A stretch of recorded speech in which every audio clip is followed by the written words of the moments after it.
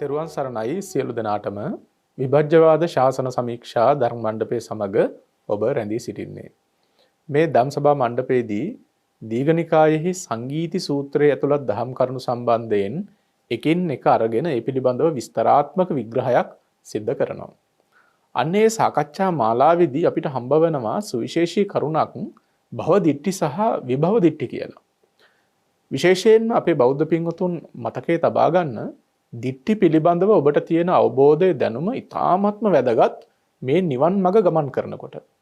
සාමාන්‍යයෙන් අපේ බෞද්ධ පින්වතුන් මේ නිවන් දකින්නට දරන උත්සාහයේදී ලෝභය නැති කරගන්නේ කොහොමද, ද්වේෂය නැති කරගන්නේ කොහොමද කියලා කල්පනා කළත් දිට්ඨි සම්බන්ධයෙන් ඇති කරගන්න අවධානය ඉතාමත් අඩු බවක් අපිට පේන්නට තියෙනවා. නමුත් ඔබ මතකයේ තබා ගන්න ලෝභය, ද්වේෂය වගේම දිට්ඨි කියන මේ ධර්මය අපේ චිත්ත සංතානයන්ගෙන් දුරු කළ යුතුමයි. මේ දිට්ඨි දුරු කරන්නේ නැතුව කවදාකවත් නිර්වාණ ධර්මය සාක්ෂාත් කරගන්නට පුළුවන් කමක් නැත්තේ නෑ. අනේ නිසා ඔබට ඉතාමත් වැදගත් මේ දිට්ඨි සම්බන්ධයෙන් තියෙන දැනුම සහ අවබෝධය. ඒ නිසාම අපි කල්පනා කළා මේ භව දිට්ඨි සහ විභව දිට්ඨි පිළිබඳව සාකච්ඡා කරනකොට මේ දිට්ඨි පිළිබඳව පරිපූර්ණ විග්‍රහයක් කරන්නට, එහෙම නැත්නම් ඒ පිළිබඳව හාත්පස විශ්ලේෂණයක් සිද්ධ කරන්නට. ඉතින් අපි ඒ සම්බන්ධයෙන් සති ගණනාවක් දැන් සාකච්ඡා කරගෙන එනවා. අදත් එහි විශේෂ තේමාවක් කතා කරන්නට තියෙනවා. ඔබට විශේෂයෙන් වැදගත් වේවි මේ අද කතා කරන තේමාව ඔබ හොඳින් විමසා බලන්න. මේ කරුණු, මේ දෘෂ්ටි ඔබේ චිත්තසංතානයන් තුලත් පවතිනවාද කියලා. ඉතින් අදත් මේ උතුම් සාකච්ඡාව සඳහා වැඩම කොට සිටිනවා ලබනෝරුව කන්ද ආරණ්‍ය සේනාසනාධිපති රාජකීය පඬිත ශාස්ත්‍රපති කොත්මලේ කුමාර කස්සප පඬිත හාමුදුරන් වහන්සේ. අපි තාමත් ගෞරවයෙන් හාමුදුරන් වහන්සේව පිළි අරගමු. තෙරුවන් සරණයි කස්සප හාමුදුරන්. තෙරුවන් සරණයි සාමිනාස. මේ දිට්ඨි ගැන කතා කරනකොට අපි දැන් සෑහෙන කොටසක් පසු කරගෙන ඇවිල්ලා තියෙනවා, කතා කරගෙන ඇවිල්ලා තියෙනවා. අස්සාද දිට්ඨිය සම්බන්ධයෙන් දිට්ඨි ප්‍රභේද 35ක් කතා කළා. අත්තානු දිට්ඨිය සම්බන්ධයෙන් 20ක් කතා කළා. ඒ වගේම මිච්ඡා දිට්ඨි 10ක් කතා කළා. සක්කාය දිට්ඨිය සම්බන්ධයෙන් 20ක්, සක්කාය වත්තුකා ශාස්වත දිට්ඨිය සම්බන්ධයෙන් 15ක්, ඒ වගේම සක්කාය වත්තුකා උච්ඡේද දිට්ඨිය සම්බන්ධයෙන් 5ක් කතා කළා. අපි පසුගිය සතිවල කතා කළා අන්තග්ගාහික දිට්ඨිෙහි ප්‍රභේද 50ක් ගැන. විශාල විග්‍රහයක් මේ වෙනකොට අපි සිද්ධ කරගෙන ඇවිල්ලා තියෙනවා. අද කතා කරන්නේ පුබ්බන්තානු දිට්ඨිය සම්බන්ධයෙන්. මෙහි දිට්ඨි ප්‍රභේද 18ක් කතා කරන්න තියෙනවා. මේ සංඛ්‍යා මෙහෙම මතක් කළාට ඔබ මෙය මෙච්චර ගොඩක් අපි කොහොමද මතක තියාගන්නේ කියලා කල්පනා කරන්න එපා. පහසුවෙන් ඔබට පුළුවන් මේ සාකච්ඡාවත් එක්ක හිටියම මේ සම්බන්ධයෙන් දැනුම අවබෝධය ලබා ගන්න. කස්සප හාමුදුරුවෝ මොකද්ද මේ පුබ්බන්තාන දිට්ඨිය? මේ දුරු කළ යුතු මේ දිට්ඨිය කොහොමද අපි තේරුම් අරගන්නේ? තෙරුවන් සරණයි සියලු දෙනාටම. දෘෂ්ටි පිළිබඳව අපි සංඛ්‍යාත්මකව කතා කරනකොට ඇතැම් විට කෙනෙක් ඒ හේතුවෙන් ටිකක් බයටපත් වෙන්නත් පුළුවන් මේ ඔක්කොම මතක තියාගන්නට ඕනේද කියලා. නමුත් ඇත්තටම මේ ඔක්කොම මතකේ රඳවා ගැනීම නෙමෙයි බලාපොරොත්තු වෙන්නේ. මේ කියන කාරණා ටික ඔස්සේ මේ බඳු දෘෂ්ටීන් ඇසුරු වෙනව නේද කියලා තමන්ගේ හිත පැත්තේ මේ දෘෂ්ටියක් කියන දැනුම විතරක් තිබුණත් ඒකත් හොඳටම ප්‍රමාණවත්. ඒ කියන්නේ මේක මතක තියෙනවා නම් වඩා හොඳයි. මතක නැති වුණත් මේ දේ දෘෂ්ටියක් නේද, මේ මානසික මට්ටම දෘෂ්ටියකට කතා කළ දෙයක් නේද කියලා ඔබට මතකයක් තියෙනවා නම් ඒකම ප්‍රමාණවත්. මොකද සමහර වෙලාවට අපි ප්‍රතිපදාවක් වඩන්නට යනකොට, භාවනා කරගෙන යනකොට අපේ මනස තුළ විවිධ අදහස් ඇති වෙනවා. ඒ වගේම විවිධ සමාධි මට්ටම් වලදී විවිධ සංකල්ප ඇති වෙනවා. විවිධ දේවල් අපිට අත්දැකීම් ලැබෙනවා. විවිධ තත්වයන්ටපත් වෙනවා. ඒ සෑම තත්වයකදීම එතන රැවටෙන්නේ නැතුව එතනින් එහාට අපිට යන්නට නම් මේ දෘෂ්ටි පිළිබඳව අපි හඳුනාගෙන තිබීම ඉතාම වැදගත් වෙනවා. අපි ඉන්නේ මිත්‍යා දෘෂ්ටියක නෙමෙයි කියලා අපි තේරුම් ගන්න දැක්ම තමයි අපිට එතනදී වැදගත් වෙන්නේ මේ කාරණාව පිළිබඳව තේරුම් ගන්නට යනකොට. මොකද එහෙම නැති වුණොත් සමහර වෙලාවට අපි භාවනාව තුළ රැඳී ඉඳලා තියෙන්නේ දෘෂ්ටියක් එක්ක එකතුව ගිහිල්ලා. එතකොට මේ දෘෂ්ටියක් එක්ක එකතුව ගිහිල්ලා අපි නිවන් දකින්නට කියලා ගියපු ගමන සමහර වෙලාවට අකුසල් සිද්ධ කරගන්න පැත්තකටම යන්න පුළුවන්කමක් තියෙනවා. ඒ හේතුව නිසා තමයි මේකේ වැදගත්කම තියෙන්නේ අපි මේක තේරුම් අරගෙන ඉඳීම. ඒ නිසා කටපාඩම් තිබීම හෝ සංඛ්‍යාත්මකව මේක මොකක්ද කියලා මතක තිබීමට වඩා ඔබට මෙතනදී ගොඩක් ප්‍රයෝජනවත් වෙන්නේ මේ දෘෂ්ටීන් ඔබට ඇසුරු වෙන්න පුළුවන්කම තියෙනව නේද? ඒ මොන විදිහේ ලක්ෂණයක්ද මේවල තියෙන්නේ කියලා ඔබ දැනුවත් වීම තමයි මෙතනදී බලාපොරොත්තු වෙන්නේ. ඒ නිසා බොහොම සැහැල්ලුවෙන් මේ සාකච්ඡාවත් එක්ක එකතු වුණොත් මම හිතනවා ඒක එච්චරම අපහසු කාරණාවක් නෙමෙයි කියලා. නැත්තම් කසුබන්න මේ ගණන් පන්තියකට ගියා වගේ කල්පනා කරගන්න ඕනේ නැහැ මේ සම්බන්ධයෙන්. දෘෂ්ටි ගොඩක් තියෙනවා. ඒකට මේ සංඛ්‍යාත්මකව මේක මෙච්චර මතක තියාගන්න ඕනේ. දැන් මුල ටික ඔක්කොම මතක නැහැ. අපිට දෘෂ්ටි කියලා කෙනෙක් හිතන්නටත් පුළුවන්. ඒ නිසා එහෙම හිතන්නට අවශ්‍ය නැහැ. මේක දැනුමක් විදිහට ඔබට නුවණක් විදිහට මේක තිබුණාම දෘෂ්ටි හඳුනා ගැනීමක් විදිහට ඒ හොඳටම ප්‍රමාණවත්. ඉතින් අපි එතකොට දැන් භව දිට්ඨි සහ විභව දිට්ඨි පිළිබඳව කතා කරනකොට තමයි මේ නොඑක් ප්‍රභේද කතා කරන්නේ. අපි ඊට පෙර කතා කළා භව තණ්හා සහ විභව තණ්හා පිළිබඳව. එතකොට ඒ ඔස්සෙත් අපි මේ සාස්වතය සහ උච්ඡේදය අනුව දේවල් කතා කළා.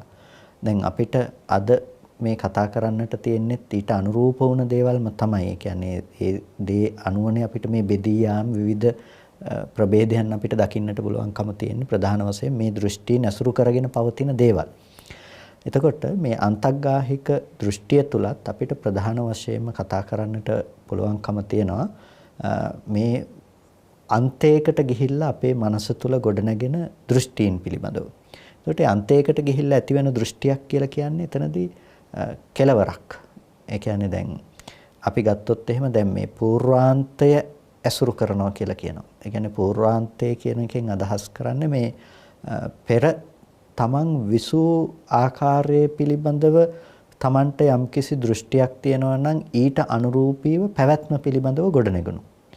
ඒ කියන්නේ දැන් අතීත ආත්ම භාවයන් පිළිබඳව හෝ ලෝකයේ පිළිබඳව හෝ මෙබඳු ආකාරයෙන් අතීතය පිළිබඳව සිහිපත් කරලා බලනකොට එයාට අතීතය පිළිබඳව තියෙනවා නිට්ටයයි කියන සංකල්පනාවක්. ඒ සංකල්පනාව පෙර ජාති පෙර ආත්ම ඒ ලෝකයේ පිළිබඳව පෙර තිබුණු විදිහ පිළිබඳව ඔහු පවත්වන දැක්ම අනුව ඔහුට ගොඩනගෙන දෘෂ්ටියක් තමයි මේ පූර්වාන්ත දෘෂ්ටිය කියලා කියන්නේ.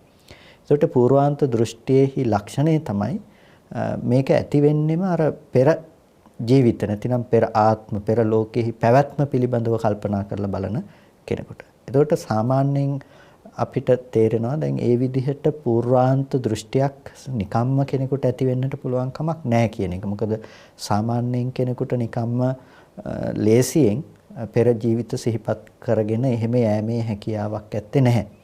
ඉතින් ඒකට කෙනෙකුට තියෙන්නට අවශ්‍යයි චිත්ත සමාධියක්. ඒ කියන්නේ හිතෙන් ඔහුට චිත්ත ඒකාග්‍රතාවයක් ගොඩනගාගෙන තමයි ඊට අනුරූපීව පෙර ආත්ම භාවයන් සිහිපත් කිරීම කියන දේවල් වලට පවා යන්න පුළුවන්කම තියෙන්නේ.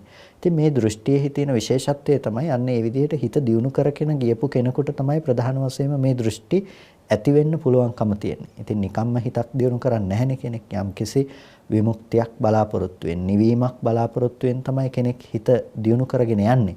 නමුත් ඔහු එහෙම දියුණු කරගෙන ගියත් ඔහු යම් මිත්‍යා දෘෂ්ටියකට යම් මොහතකපත් වෙන්නට පුළුවන්කම තියෙනවා. ඉතින් ඒක මම හිතනවා මේ පුබ්බන්තානු දිට්ඨිය පිළිබඳව අපිට කතා කරනකොට විශේෂයෙන් දකින්නට පුළුවන් දෙයක්. ඉතින් පුබ්බන්තානු දිට්ඨියෙහි තියෙන ප්‍රධානම ලක්ෂණය තමයි පූර්වාන්තය අසුරු කරනකම. ඒ කියන්නේ තමන් පෙර හිටපු ආකාරයන් පිළිබඳව සිහිපත් කරලා ඇති කරගන්න දෘෂ්ටියක්. මේ දෘෂ්ටිය පිළිබඳව අපිට හඳුන්වා දෙන්නට පුළුවන්කම තියෙන්නේ ඒ පෙර කඳ පිළිවෙල නැතිනම් පෙර හිටපු ආකාරය පිළිබඳව මානසිකාරයේ පැවැත්වීමෙන් ඇති කරගන්නා දෘෂ්ටියක් හැටියට. අපේ කසපහඳුරන්ගේ පැහැදිලි කිරීමත් එක්ක හිතෙන්න පුළුවන් මේක මේ පෙර ජීවිත ගැන මෙනෙහි කරන්න පුළුවන් තත්වයකදී විතරද මේ දිට්ඨිය ඇති වෙන්නේ කියලා. අපි ඒ ගැනත් කතා කරන්න ඕන. එතන මෙහායට ඇති වෙන්නේ නැද්ද? ඔබට ගැටලුවක් තියෙන්නට පුළුවන්. කසපහඳුරනේ මේ පුබ්බන්තානු දිට්ඨිය ප්‍රභේද 18ක් ගැන කතා කරනෝනේ. අපි එහි පළවෙනි කොටසට එමු. ශාස්ත්‍රවාද 4ක් ගැන කතා කරන මේ 18 දී. දැන් හිත දියුණු කරපු කෙනෙකුට විතරමද මේක ඇති වෙන්න පුළුවන්. ඒන් මෙහා කෙනෙකුට මේක ඇති වෙන්නේ නැද්ද? එහෙනම් අපි සාමාන්‍ය බෞද්ධයන්ට හිතෙන්න පුළුවන් මේ දිට්ඨිය ගැන අපිට අහලා වැඩක් නැහැ. මොකද අපි ඒ තත්ත්වයට තාම ගිහිල්ලා නැහැනේ කියලා. ඉතින් මොකද්ද කොහොමද මේක පැහැදිලි කරන්නේ? ඇත්තම මේ දෘෂ්ටිය පිළිබඳව අපි විමසා බලනකොට අපිට දකින්නට පුළුවන් ප්‍රධානම දේ තමයි ඒ විදිහට පෙර ජීවිත සිහිපත් කරන කෙනෙකුට පමණක්ම හුදු මේ දෘෂ්ටිය ඇති වෙනවා කියන එක නෙමෙයි. දැන් දෘෂ්ටියක් කියන දේ ඇතැම් විට ආරම්භයක් තියෙන්න පුළුවන්. මේ දෘෂ්ටිය පටන් ගත්තේ මොන අවස්ථාවක කෙබඳු තැනකින්ද කියන එක පිළිබඳව අපිට දකින්න පුළුවන්කම තියෙනවා. එතකොට අන්නේ දෘෂ්ටි මූලය පිළිබඳව අපි කතා කරගෙන ගියොත් මෙබඳු දෘෂ්ටි මූලයක් අපිට දකින්න පුළුවන්. ඒ කියන්නේ මෙබඳු දෘෂ්ටි මූලයක් තුලින් තමයි අපිට මේ දෘෂ්ටිය ප්‍රභවය වෙලා තියෙන්නේ. ඒ නිසා මේ කතා කරන්නේ දෘෂ්ටි මූලය පිළිබඳව. එතකොට දැන් ඒ දෘෂ්ටි මූලයෙන් ප්‍රභවය වුණ දෘෂ්ටිය ඊට අනුගත බොහෝ පිරිසක් කතා කරන්න පුළුවන්කම තියෙනවා. ඊට අනුගතව සාමාන්‍යයෙන් දැන් එබඳු නුවණක් නැති කෙනෙක් වුණත් යන්න පුළුවන්කම තියෙන එබඳු දෘෂ්ටිය සමාදන්වගෙන ලෝකයේ බඳු දෙයක් පවතිනවා කියලා හිතාගෙන යන්න පුළුවන්කම තියෙනවා. ඔවුන්ට දිවස අවශ්‍ය නැහැ. ඔවුන් අරක අනුගාමිකයින් විදියට අර දෘෂ්ටිය සමාදන්වගෙන ඒ ඔස්සේ ඔවුන් ලෝකේ දකිනවා. ඊට පස්සේ අනිත් එක තමයි මේ තුළම අපිට ඇති වෙනවා මේ තර්ක සහ විමර්ශනය කියලා දෙයක්. එතකොට තර්කයේ තුලිනුත් ඇතම් කෙනෙක් මෙබඳු දෘෂ්ටීන්ට පත් වෙනවා. ඒ නිසා මේ ධ්‍යානය කියන දෙයකට පත් වෙලා නැතිනම් ධ්‍යානයක් ලබලා ඊට පස්සේ අභිඥාවන් උපදවාගෙන දිබ්බ චක්කු ආදී උපදවාගෙන අපි පෙර ජීවිත සිහිපත් කරලා ඒ තුලින් පමණක්ම මේ හුදු දෘෂ්ටිය කෙනෙකුට ඇති වෙනවා කියන එකක් ඇත්තේ නැහැ.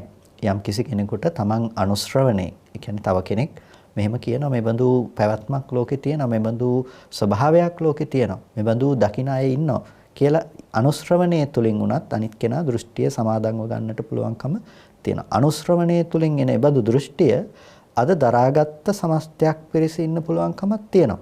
එතකොට දැන් නිර්මාණවාද දිහා අපි විමසා බලනකොට නිර්මාණවාදයේ පිළිබඳව ඇතැම් වෙලාවකට කතා කරන්නේ එක පුද්ගලයෙක්. හැබැයි ඔහුගෙන් අනුගාමිකයින් විසින් අනුශ්‍රවණය තුළින් දරාගත්ත නිර්මාණවාදය දිගින් දිගට කතා කරමින් එනවා. එතකොට මේ නිර්මාණවාදයේ තුල රැඳී සිටින්නේ දෙවියෝ ඇවිල්ලා ඔහුට මෙහෙම ප්‍රකාශ කළා හෝ ඔහු මෙහෙම අවබෝධ කළා කියන තැනින් ඔහුට පමණක් නෙමෙයි නිර්මාණවාදයේ පිහිටලා තියෙන්නේ. නිර්මාණවාදයේ ඊට පරම්පරාවල් ගණනාවක් පසුපස්සට යනකම් නිර්මාණවාදය ගලාගෙන ගිහිල්ලා තියෙනවා. ඒ කියන්නේ ශතවර්ෂ ගණනාවක් ආගමක් වශයෙන් සමාජය තුළ පවතින්න පුළුවන්කම තියෙනවා. ඒ නිසා මේක මේ දෘෂ්ටි ප්‍රභවය පිළිබඳව අපි මේ විදිහට කතා කළාට, මූලය පිළිබඳව කතා කළාට හුදු මේක තියෙන්නට අවශ්‍ය නැහැ. මූලයේම හැමෝ තුල තියෙන්නට ඕනේ. අනුශ්‍රවණය තිබුණත් මේ බඳු දෘෂ්ටියක් ඇතම් කෙනෙකු තුල පිහිටා සිටින්නට පුළුවන්කම තියෙනවා. ලෝකේ විවිධ ආගම් පැවතිලා තියෙනවා, වර්තමානයේත් පවතිනවා. මේ ආගම්වල මූලයන් පිළිබඳව සොයාගෙන යනකොට ඇතම් ශාස්ත්‍රවරු හිත යම් ප්‍රමාණයකට දියුණු කරපු උදවිය. හැමෝම නෙමෙයි. නමුත් මේ හිත දියුණු කරපු උදවිය පවා විවිධ දිට්ඨීන්ට හසු වෙලා ප්‍රකාශ කරලා තියෙන දේවල් ධර්මානුකූලව විග්‍රහ කරලා ගත්තම, යථාර්ථවාදීව විග්‍රහ කරලා ගත්තම මිත්‍යා දෘෂ්ටීන් වශයෙන් අපිට හඳුනා ගන්නට පුළුවන්කම තියෙනවා. ඉතින් බුදුරජාණන් වහන්සේ මේ දිට්ඨි සම්බන්ධයෙන් අති විශාල විග්‍රහයක් කරන්නේ මෙය සත්වයන් හසු වෙන්න තියෙන, රැවටෙන්න තියෙන විශේෂම ස්ථානයක් නිසා. ඒ නිසා මේ දිට්ඨි සම්බන්ධයෙන් ඔබ සුපැහැදිලි දැනුමක්, අවබෝධයක් තබා ගන්න. එය බෞද්ධයන්ට විතරක් නෙමේ සමස්ත සමාජයටම ඉතාමත් වැදගත් දෙයක්. දැන් අපි කතා කරන්නේ පුබ්බන්තාණු දිට්ඨිය සම්බන්ධයෙන්. මෙහි අපි මුලදීම සඳහන් කළා ප්‍රභේද 18ක් ගැන කතා කරන්න තියෙනවා කියලා. එහි මුල්ම ප්‍රභේදය අපිට හම්බ වෙනවා ශාස්ත්‍රවාද වශයෙන් 4ක්. කසපහඳුන කොහොමද මේ පුබ්බන්තාණු දිට්ඨිය සම්බන්ධයෙන් කතා කරනකොට මේ ශාස්ත්‍රවාද 4 හම්බ වෙන්නේ?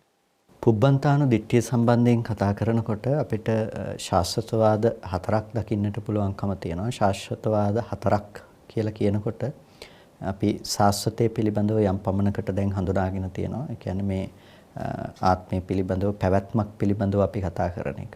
නමුත් අද කතා කරන එකේ විශේෂත්වයක් තියෙනවා. මේ සාස්වත දෘෂ්ටිය ගොඩනගන්නේ පුබ්බන්තාණු දිට්ඨිය පිළිබඳව. ඒ කියන්නේ පූර්වාන්තය ගැන තමයි මේ ශාස්වතය කියන දේ අද දවසේදී ගොඩනගන්නේ.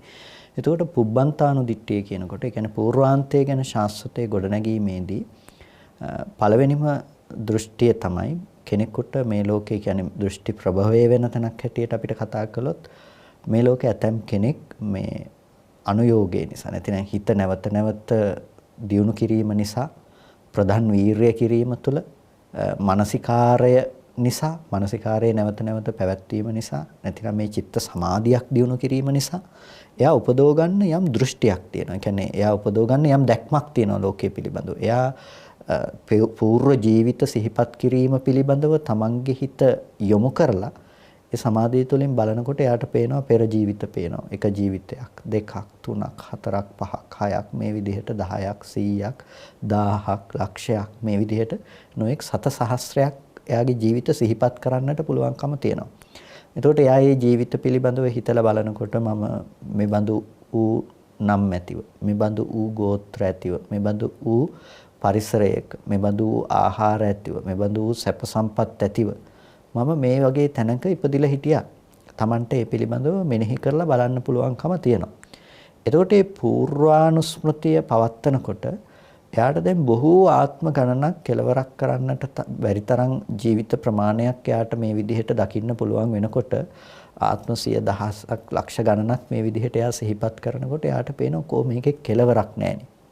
මේකේ අතීතය ගැන බලනකොට Tamante ඒක කෙලවරක් පෙනෙන්නේ නැහැ. එයා කල්පනා කර යනකොට විමස ඉන්නකොට ඔහුට පේනවා මහ විශාල ආත්ම භාව ප්‍රමාණයක Taman ප්‍රතිසන්දි වශයෙන් ඉපදුනා.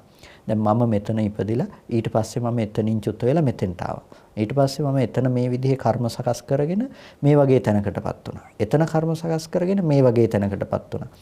දැන් ඒ වගේ කෙනෙකුට දැන් කෙලවරක් නැතුව මේ ආපු ගමන් මගක් පිළිබඳව පමණක් ඔහුට දකින්න පුළුවන්කම තියෙනවා.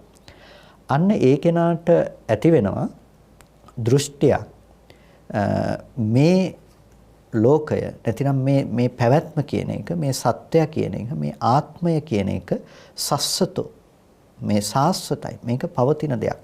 කූටට්ඨෝ, මේක හරියට මේ මහ ඝන පර්වතයක් වගේ ස්ථාවරත්වයට පත්වෙච්ච දෙයක්. මේක හෙලවෙන්නේ නැහැ. ඉන්ද්‍ර කීලයක් පිහිටවලා තිබ්බා වගේ මේක කිසිම දෙයකින් සෙලවෙන දෙයක් නෙමෙයි. ඒකට මේ නොසෙල්වෙන ලෙස පිහිටි ඉන්ද්‍ර කීලයක්සේ පිහිටි මේ දේ, මේ ආත්මය කියන දේ මේක හැමදාම සදාකාලිකව පවතිනවා. දැන් එයා ඒ දෘෂ්ටියටපත් වෙන්න අර පෙර කඳ පිළිවෙල සිහි කිරීමෙන්. ඒ කියන්නේ పూర్ව ආත්ම භාවයන්, పూర్ව ජීවිත පිළිබඳව සිහි කිරීමෙන් තමයි එයා මේ ස්ථාවර භාවය නැතිනම් මේක වෙනස්ව යන්නේ නැහැ කියන ස්වභාවය. මේකේ වෙන ඵල නිෂ්පාදනය කරන බවක්, මේකෙන් මිදීම ආදී දෙයක් මෙතන කතා කරන්නට පුළුවන් කමක් නැත්තේ නෑ. ඒ නිසා වංජෝ, මේක වඳයි. ඒකට නමුත් මේ ආත්මයක පැවැත්මක් තියෙනවා. මේ මෙතනින් සන්ධාවනයක්, සංසරණයක් තියෙනවා. මේ ආත්මය මෙතනින් මෙතනට යනවා. මෙතනින් අනිත් තැනට යනවා. මේ විදිහට එයා දකින ගමන් මඟ ඔස්සේ එයා ඒබඳු වූ දෘෂ්ටියකටපත් වෙනවා. මේ ලෝකේ සාස්වතයි, මේක නතර වෙන්නේ නැහැ. ලෝකයේ එසේම තියෙනවා. ලෝකයේ එසේ තිබියදී මම මේ විදිහට නොඑක් ආත්ම භාවයන් වල ප්‍රතිසන්දි වශයෙන් ඉපදෙමින් යනවා. කර්ම සකස් කරගෙන මේ විදිහට යනවා කියලා එයා පෙර ජීවිත පිළිබඳව දකිනවා. එතකොට එයාට මේ ලෝකයේ පැවැත්ම පිළිබඳව දෘෂ්ටියක් පිහිටා සිටිනවා. මේක තමයි දෘෂ්ටියක් වශයෙන් ඇති කරගන්න පළවෙනි තැන. නැතිනම් සාස්වත වශයෙන් ඇති වෙන දෘෂ්ටියේ පළවෙනි තැනක්. නැතිනම් මේ අපි හතර ආකාරයක් ගැන කතා කරනකොට පළවෙනි සාස්වතවාදයේ ගොඩනගෙන තැන තමයි මේ විදිහට යම්කිසි කෙනෙකුට ඇති වෙන්න පුළුවන්කම තියෙනවා. දැන් ඔහුගෙන් අහගත්ත ඊළඟ පිරිසට පුළුවන්කම තියෙනවා. ඊට පස්සේ ඒ දෘෂ්ටිය මත පිහිටලා ඒ දෘෂ්ටියම පවත්වාගෙන ඉදිරියට යන්න පුළුවන්කම තියෙන. ඒ දෘෂ්ටිය මතම අරගෙන යනවා. දැන් ඔවුන්ට පෙර ජීවිත සිහිපත් කරන්න අවශ්‍යතාවයකුත් නැහැ. ඔවුන්ට එහෙම පේන්නෙත් නැහැ. හැබැයි ඔහු යම් කිසි කෙනෙක් දැක්කායයි කියන පමණින් ඔහුගේ වචනය විශ්වාස කරගෙන ඒ අනුව ඔවුන් මේ ලෝකයේ සාස්වතයි කියන දෙයට බැසගෙන පවතිනවා. එතකොට අන්තිමේටම ඇවිල්ලා තියෙන ලෝකයේ ශාස්වතයි කියන තැනට. හැබැයි ඔවුන්ගේ මූලය වෙලා තියෙන අර වගේ තැනක්, අර වගේ කෙනෙක් ලෝකයේ පිළිබඳව අවබෝධ කරගත්ත, යම් ආකාරයකට තේරුම් ගත්ත ශ්‍රමණේක් හෝ බ්‍රාහ්මණයෙක් කරපු ප්‍රකාශනයක් තුළ එබඳු යන සාස්වත දෘෂ්ටියක් මේ ලෝකයේ තුල අපිට දකින්නට පුළුවන්කම තියෙනවා. මේක තමයි සාස්වත වශයෙන් ලෝකයේ දකින කෙනෙකුට ඇති වෙන්නට පුළුවන්. සාස්වත දෘෂ්ටිය ප්‍රභවය වෙන්නට පුළුවන්. පළවෙනි මූලය නැතිනම් පළවෙනි තැන හැටියට අපට හඳුනා ගන්නට පුළුවන්කම තියෙන්නේ. ජීවිත එකක්, දෙකක්, 10ක්, 100ක්, 1000ක් ලක්ෂ ගණන් සිහිපත් කරලා බලනවා තමන්ගේ පෙර ජීවිත සම්බන්ධයෙන්. මේ වගේ නම් තිබුණා, මේ වගේ ගෝත්‍රවල උපන්නා, මේ බඳු ආහාර ගත්තා. මේ පිළිබඳව කල්පනා කරලා බලනකොට අද අපි දියුණුයි කියන විද්‍යාව තියෙන තැන කොතනද කියලා කල්පනා වෙනවා. කොහොම නමුත් මෙතන තියෙන ගැටලු සහගත තත්වයේ ඊතරම් දියුණු මානසික මට්ටමක් තිබියදී පවා මිත්‍යා දෘෂ්ටීන් හටගෙන තියෙන ආකාරය බුදුදහමේ තියෙන විශේෂත්වය මේකයි. මේ සියලු විද්‍යාවන් අභිබවා ගිහිල්ලා අර හිත දියුණු කරගෙන පෙර ජීවිත බලන තත්වයන්ටපත් වෙලා පවා හටගත්ත මිත්‍යා දෘෂ්ටීන්හි ස්වභාවය මනවින්ම හෙලිපෙහෙලි කරලා ඒ දිට්ඨි ප්‍රහාණය සඳහා අවශ්‍ය මාර්ගය බුදුරජාණන් වහන්සේ මැනවින්ම දේශනා කරලා තියෙනවා. ඉතින් බුදුදහම සම්බන්ධයෙන් කතා කරනකොට මේ මොන තරම් විද්‍යාවක්ද. ඉතින් මේ තරම් වටිනා ධර්මයක් අපට ලැබිලා තියෙන්නේ. ඒ ලැබිච්ච ධර්මයෙන් අපි නිසි ප්‍රයෝජනෙ ලබාගෙන තියනවාද කියලා තව වතාවක් කල්පනා කරලා බලන එක ඉතාමත්ම වැදගත් වේවි. කසපහඳුන දැන් අපි මේ පුබ්බන්තානු දිට්ඨියෙහි ශාශ්වතවාද 4න් එකක් කතා කළා. තව මොකක්ද මේ වගේ කතා කරන්න තියෙන්නේ? පූර්වාන්තය පිළිබඳව සිහි කරමින් පවත්නා දෘෂ්ටි පිළිබඳව අපි කල්පනා කරනකොට දැන් අර ආත්ම භාව විදිහට පෙර ජීවිත සිහිපත් කිරීම වගේම ලෝකයේ පිළිබඳව තවදුරටත් එතනින් එහාට ගිහිල්ලා මහා දීර්ඝ කාලයක් පිළිබඳව කෙනෙකුට මානසිකාරය කරන්නටත් පුළුවන්කම තියෙනවා. ලෝකය හටගන්න කාලයක් තියෙනවා. ලෝකේ විනාශ වෙන කාලයක් තියෙනවා. කල්ප 40ක කාලයක් තුල අන්තක්කල්ප 40ක කාලයක් තුල මේ ලෝකයේ හට ගැනීම සහ මධ්‍ය තුලින් නැවත හායනයේ පැත්තට යමින් මේ 40ක කාලයක ලෝකේ පැවැත්මක් පිළිබඳව ලෝක විශ්ය තුල කතා කරන්නට පුළුවන්කම තියෙනවා. එතකොට මෙන්න මේ විදිහට යම්කිසි කෙනෙක් ඔහුට සිහිපත් කරන්නට පුළුවන්කම තියෙනවා අර සංවට්ට කප්ප සහ විවට්ට කප්ප කියන මේ කල්පයන් පිළිබඳව ලෝව නැසමින් පවත්නා කාලය සහ හටගැනීමෙන් පවත්නා කාලයන් පිළිබඳව කල්පනා කරලා බලන්නට පුළුවන්කම තියෙනවා.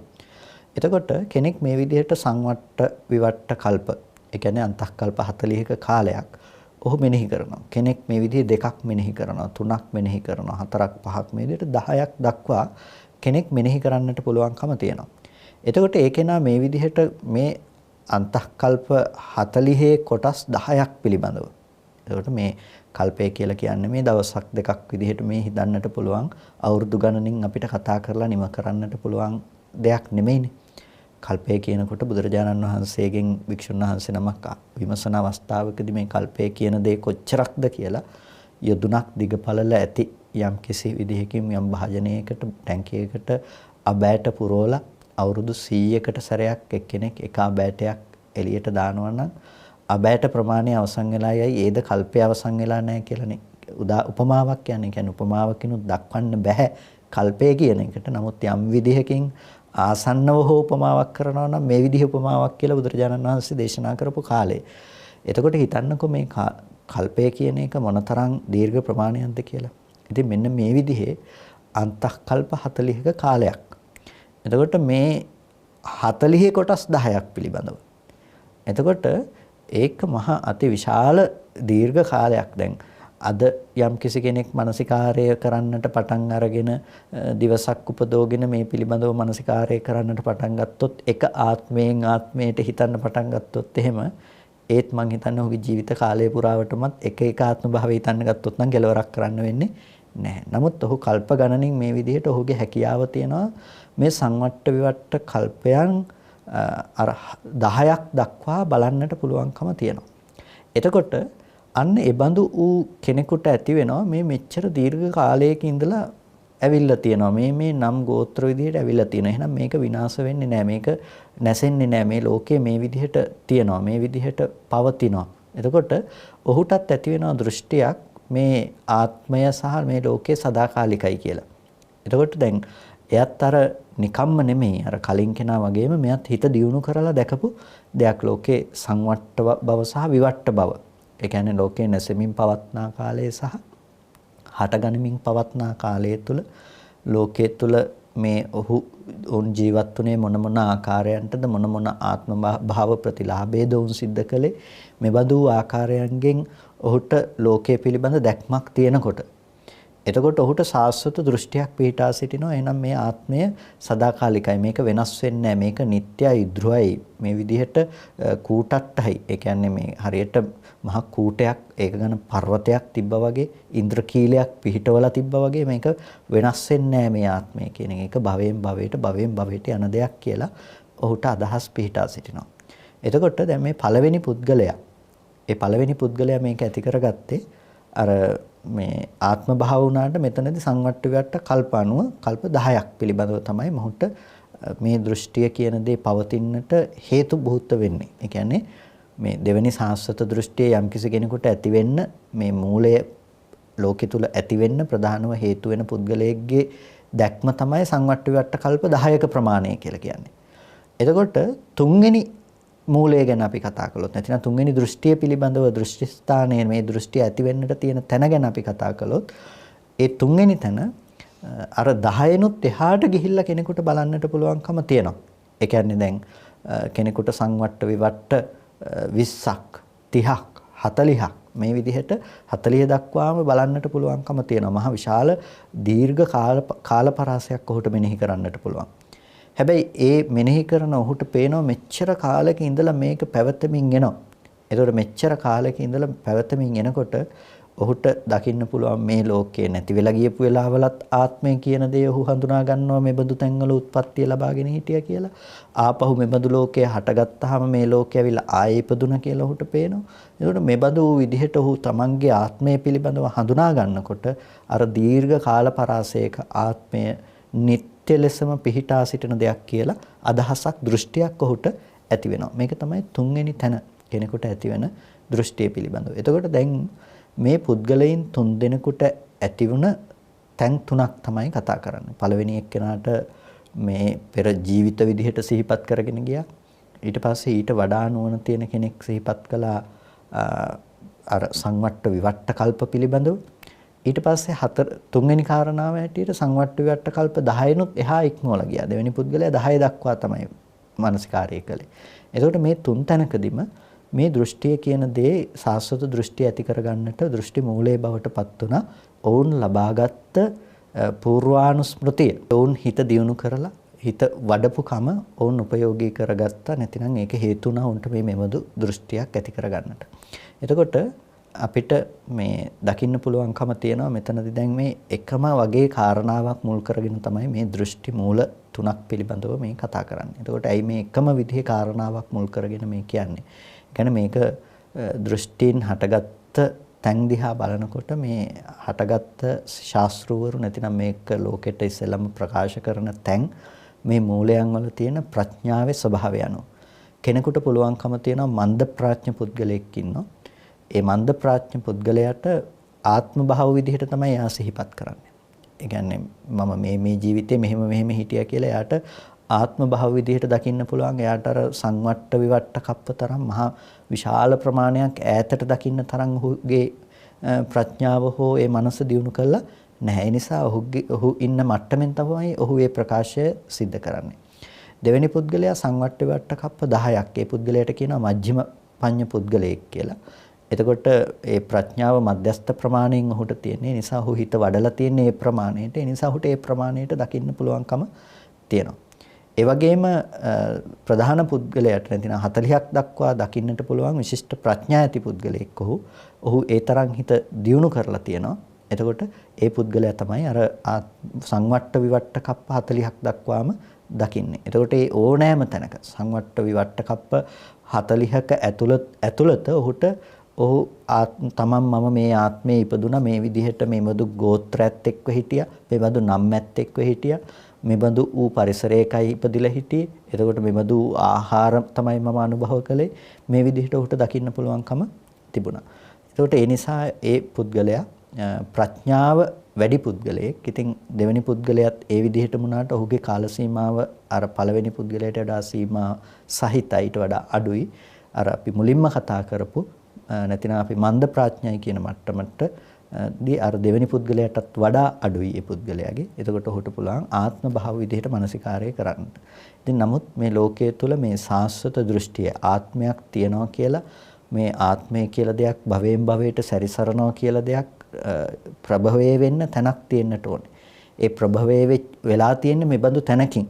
මේ වගේ තැනකින් ප්‍රභවයේ වෙන්නේ නැතුව ඒ බඳු දෘෂ්ටියක් ලෝකේ ඇති වෙන්න ඉඩ කඩක් ඇත්තේ නැහැ. ප්‍රධාන වශයෙන්ම දැන් මේ අපි හතරක් පිළිබඳව කතා කරනවා. මේ තුන පිළිබඳව අපි කතා කළොත් එහෙම මේ සාස්වත දෘෂ්ටිය ඇති වෙන්නට මේ බඳු තැන් තුනක් හේතු වෙලා තියෙනවා. නැතිනම් දැන් ආත්මයක් තියෙනවා කියලා මේක භවයෙන් භවයට තව තැනකට යනවා කියලා කෙනෙකුට හිතෙන්නේ කොහොමද ඉස්සෙල්ලාම ගත්තොත් එහෙම.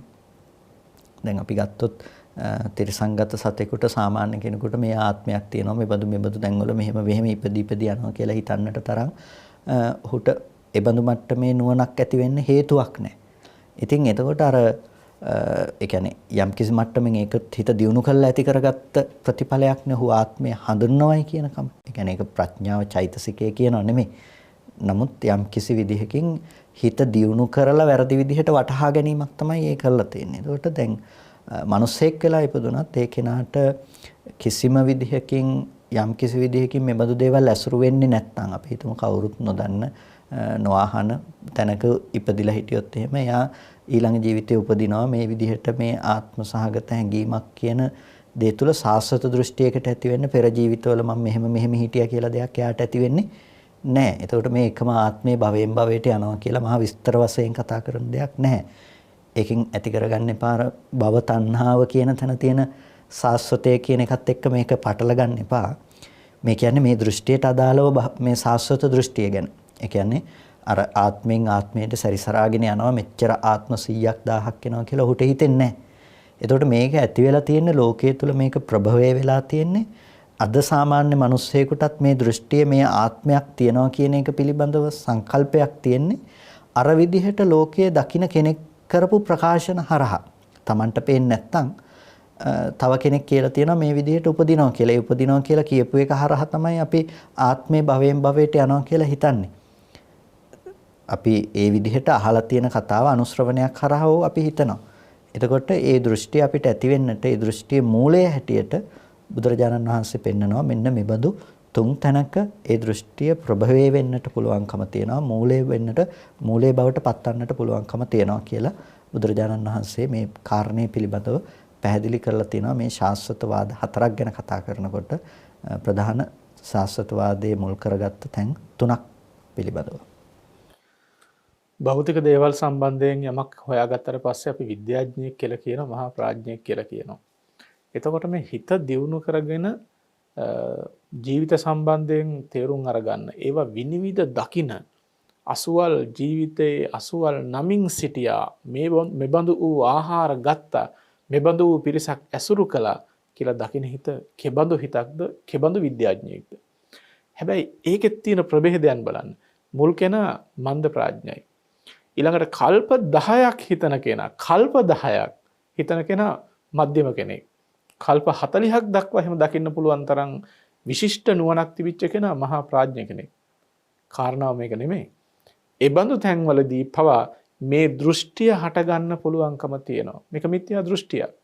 ඉතින් ඒ තරම් හිත දියුණු කරලත් මිත්‍යා දෘෂ්ටියක් හට ගන්න පුළුවන් නම් මේ දෘෂ්ටිය කියන එක කෙබඳු දෙයක්ද මේ මනස තුළ කොතරම් ව්‍යාප්ත වෙලා තියෙන කොච්චර හානිකර සියුම් ධර්මයක්ද තේරුම් අරගන්නට කොච්චර දේවල් තියෙනවද කල්ප 40ක් දක්වා දකින්න පුළුවන් මනසකත් මෙබඳු දිට්ඨියක් හට ගන්න පුළුවන් කියනකොට අනිත් වැදගත්ම කාරණාව තමයි එබඳු වූ දිට්ඨියක් තේරුම් අරගෙන එය මනවින්ම විශ්ලේෂණය කරන්නට අවබෝධ කරගෙන දේශනා කරන්නට බුදුරජාණන් වහන්සේ කොයිතරම්නම් මහා ප්‍රඥෝත්තමයන් වහන්සේ නමක්ද අපිට ලැබිලා තියෙන ඒ තරම්ම උත්තරීතර ධර්මයක්. ඒකෙන් නිසි ප්‍රයෝජනෙ ලබා ගන්න එක තමයි වැදගත් වෙන්නේ. මේ බුදුදහම කියන විද්‍යාව හරියට අධ්‍යයනය කරගත්තොත්, හරියට කියවා ගත්තොත්, හරියට තේරුම් අරගත්තොත්, ජීවිතයට යොදා ගත්තොත් ඒක තමයි ජීවිතේ වැදගත්ම කාරණාව වෙන්නේ. දැන් අපි කතා කළා මේ දිට්ඨි තුනක් සම්බන්ධයෙන්. කසපහඳුනේ මොකක්ද හතරවෙනි එක මේ පුබ්බන්තානු දිට්ඨිය සම්බන්ධයෙන් තියෙන හතරවෙනි එක පිළිබඳව අපි කතා කරනකොට අපිට දකින්න පුළුවන්කම තියෙනවා දැන් ඒ අය හිත දියුණු කරලා ඇති කරගන්න දෙයක් නෙමෙයි ඒ අයට තියෙනවා මේ තක්කී හෝති විමර්ශී ඒ කියන්නේ මේ ලෝකයේ පිළිබඳව වුන් බලනවා ඊටාම තර්කානුකූලව සහ විමසුම් නුවණ. එතකොට දැන්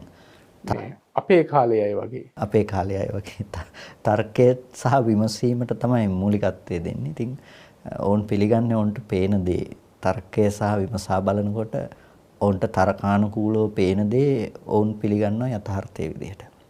ඒ කියන්නේ තර්කානුකූලව පේන දේ සෑම විටම තර්කානුකූල දේ යථාර්ථය නෙමෙයි.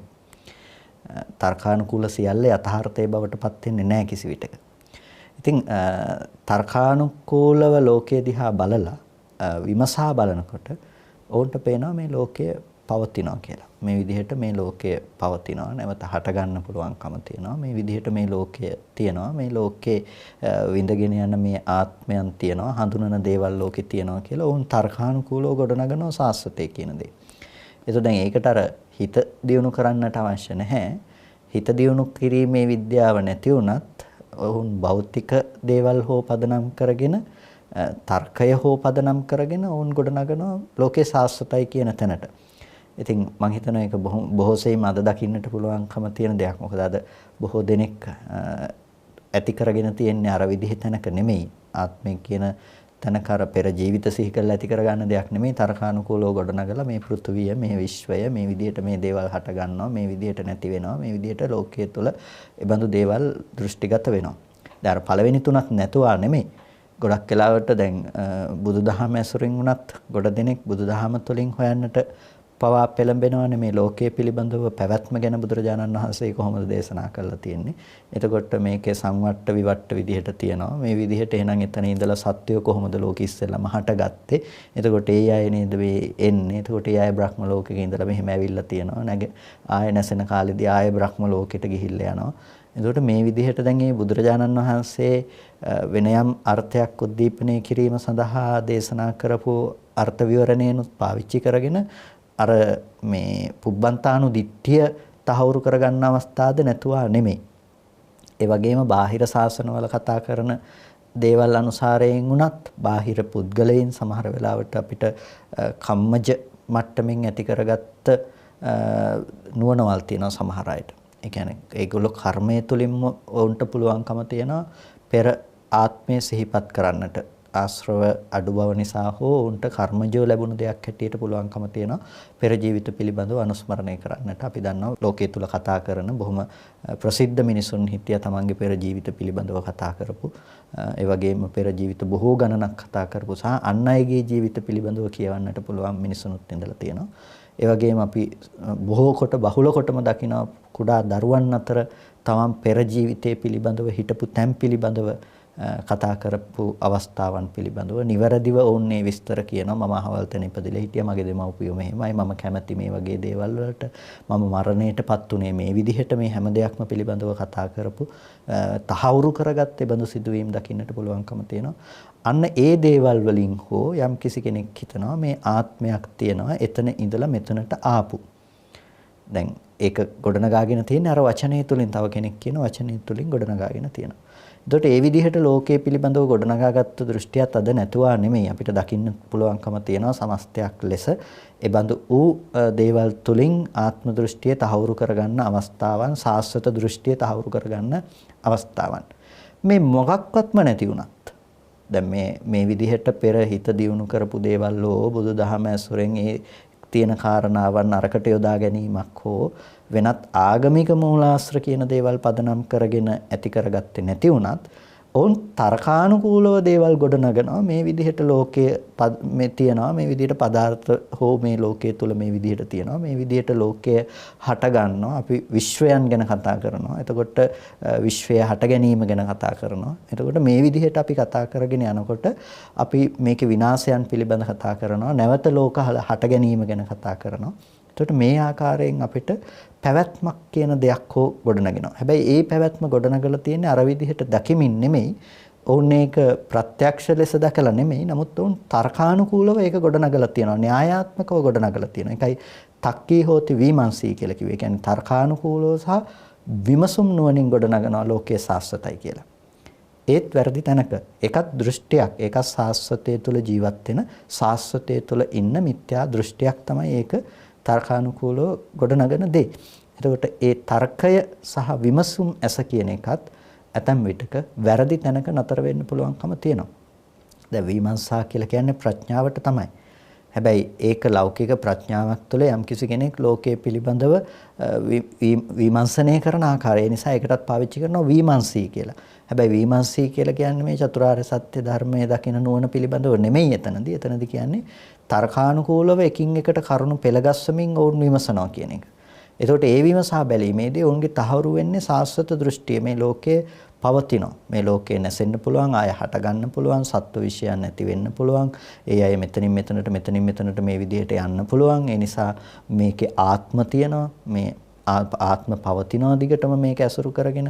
එතකොට මෙන්න මේ විදිහට මේ පැවැත්ම පිළිබඳව ඕන් තර්කානුකූලව විවිධ සන්දර්භයන් ඔස්සේ ගොඩනගනකොට අන්න ඒක තමයි හතරවෙනි තැන මේ ලෝකයේ පිළිබඳව පවතිනවායයි කියලා ගත්ත තියනවා කියලා නිත්‍ය වශයෙන් ඇසුරු කරගත්ත සිව්වෙනි කාරණේ බවට පත් වෙන්නේ. තර්කය සහ විමර්ශාව කියන එක දුරු කළ යුතු නිෂ්ඵල දෙයක් කියලා නෙමෙයි මේ කියන්නේ. තර්කයට සහ විමර්ශාවට යොදා ගන්න සාධක සඵල සාධක වෙන්නට ඕන. ඒ සාධක ගුණාත්මක වෙන්නට ඕන. හාත්පසින්ම එකතු කරගත සාධක වෙන්නට ඕන. එහෙම නැත්නම් එක්තරා දෘෂ්ටි කෝණයක සිට එකතු කරගන්නා සාධක මතින් පමණක් යම්කිසි තර්කයක් හෝ අදහසක් ගොඩනගනවා නම් එය ඒ තරම්ම සඵල වෙන්නේ නැහැ. ඒ තරම්ම සාර්ථක වෙන්නේ නැහැ.